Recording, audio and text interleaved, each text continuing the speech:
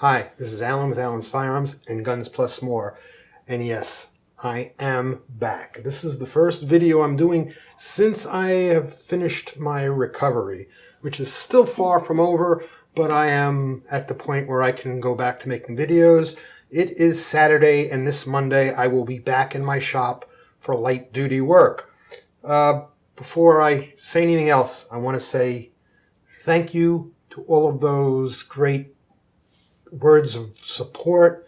It was wonderful. I really thank you. A lot of them came in when I was in the hospital. I got to read them on my phone, but I couldn't answer them. And I want to thank you all. These are some of the names that were at the top of the list. I know I'm going to miss some people. There's just too many to go over everybody. But these were the ones that actually responded to my video on me going to the hospital. And it's Brian J., David Tyson, James Hobart, Joe the computer guy. By the way, Joe, Tom, Ralph, my good friends Lorraine and George Hunter, they ran my shop for me while I was gone. Lorraine and George helped me out all the time. They're good friends of mine, and they took charge of my shop, and with the help of Joe and Tom and Ralph, ran the shop for me for weeks while I was being operated on and being taken care of. So my love and thanks to you guys. Stephen, Kyle, Keisler, if I'm mispronouncing names, I apologize, but I'm doing the best I can. Ray McDermott, Bob Acura, Aquirre, Bob Publicover, DeWalt, Steve B., Jack Lee, Joseph Barreto, Ruger1, who keeps saying I look like Tommy Lee. I don't know why he does that.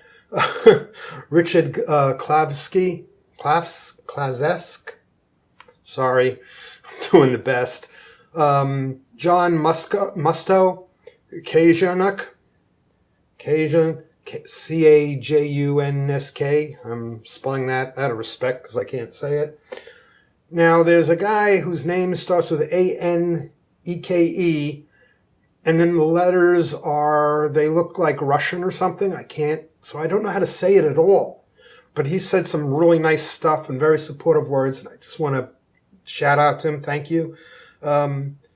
Epic Win, Ralph Snellen, Arnold Gaydon, 3223, Plays Tech, and George Lusteria.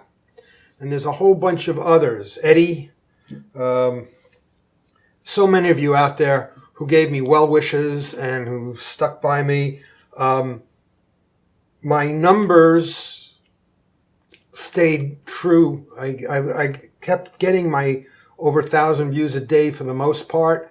I dropped off as far as my subscriber rate dropped off by a point, but that's because you don't get subscribers unless you're putting out new material, and hopefully that will start to jump up again.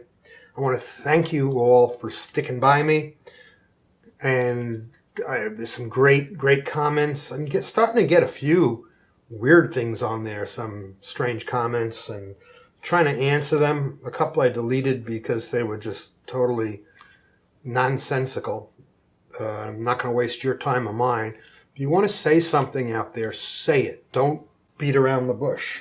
So we're back in swing again, and I'm going to be doing a couple of videos today, and hopefully we'll get them out this week. This one I'm going to try to put up tonight, which is Saturday, because this should take very little editing. Actually, it should take none. I'm going to put this up raw because I just needed to thank you all. I'll show you. I don't know if you can see this, but they didn't even use stitches on me. They glued it together. They put wire around your sternum because they actually have to crack your sternum, pull it all the way open, collapse your lungs, and then they do the bypasses. And they have you a device down your throat that is actually, it's a heart-lung machine. It keeps you breathing. Basically what they do is they keep you just alive. You're barely alive. Your lungs are collapsed. You're getting enough to sustain your life until they finish the operation. It takes about 5.5 hours. This particular operation, for me, at least that's how long it took me, came out of recovery. They tell you before you go in, they tell you what's going to happen so you're not shocked when you wake up. They tell you you're going to have this thing in your mouth. You're not going to be able to talk. They're going to ask you, when they see you're awake, they're going to ask you to squeeze the nurse's fingers and nod your head a little, or blink or something. I forgot exactly. I think it was squeeze your fingers. That they tell you you're not going to be able to talk because there's this big thing in your throat. Then later, when they take it out, they tell you, we're going to ask you to say your name. It's going to be very difficult. Do the best you can. And then after that, they'll get you out of recovery into ICU. Well, they took the thing out of my mouth, and the nurse says to me, can you say your name? And then she says to me, how do you feel? And I said, hungry. And everybody just stopped moving. And the nurse said to me, what did you say? And I said, hungry. When can I eat? And they all started cracking up, and they said, that's a first. Usually, turns out after these operations, it takes a while before you even get your appetite back. And I was like going, I haven't eaten in a while. I'm kind of hungry. And as soon as I was awake enough, they gave me some Jell-O. So they're telling me that couple of months you're not going to even see the scar because they didn't need stitches. What they do is they take wire and they wrap it around inside your sternum, and it's funny because it's titanium. It's the same stuff they make a lot of guns out of. So now I'm gun material inside. And they wrap that around to hold your sternum together. And then in my case, it depends on your age, depends on your health. There's different ways of closing you up. Me, all they did was, I think they used these sutures inside that your body absorbs, but on the outside they used this dermoglue. And they glued me shut. And this past week I went to my surgeon for my, after operation checkup, and I had this big black and blue, looked like, all gooped up scar. And I realized, then when I got there, she goes, no, that's not the scar. We're going to clean that up right now. That's the glue and maybe a little blood that when you were coughing, when you were expirating, because you have to build back up your lungs. And you do cough up some fluid. That's what that's from. And she cleaned it up, and it's like a thin little line. She goes, a couple of months, you won't even know you had an operation.